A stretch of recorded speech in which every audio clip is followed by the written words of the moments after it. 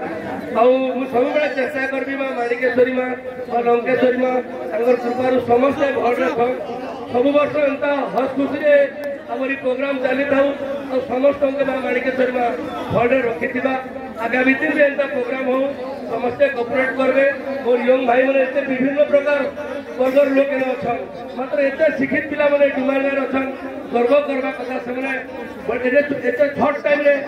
जेनता जिन चाहूँ से प्रोग्राम कर सक्सेस करे माँ माणिकेश्वरी आशीर्वाद प्रति अच्छे आउ सब रहा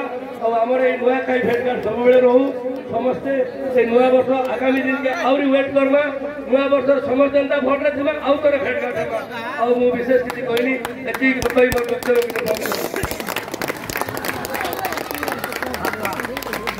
बहुत बहुत धन्यवाद दास महोदय आपणकर वक्तव्य निश्चित भाव में आम कमिटी भाई मानक उत्साहित करवा बोली आशा और विश्वास आज संध्यारे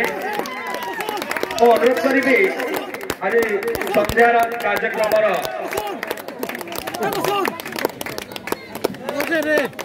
विचारक महोदय को कपिमणि कांड महोदय को से दीपद कहे